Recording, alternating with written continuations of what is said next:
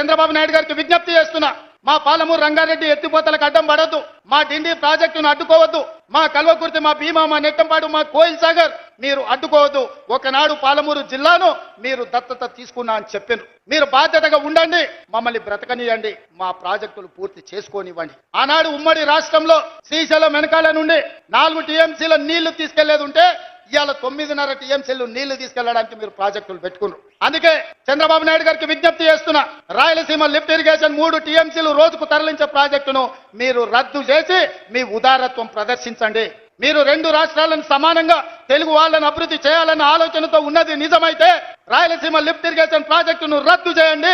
పాలమూరు రంగారెడ్డి ఎత్తిపోతల, డిండి project, Kalwakurthy project, భీమా project, Nettempadu project, Koil Sagar ప్రాజెక్టులను పూర్తి చేయడానికి మీరు ఉదారంగా ముందుకొచ్చి మాకు సహకరించండి. మా పాలమూరు బిడ్డలు కృతజ్ఞత ఉన్నవాళ్ళు, మీ మేలు మేము ఎప్పుడు మర్చిపోం. మీరు సహకరించకపోతే మేము చేసే విజ్ఞప్తులు చేస్తాం.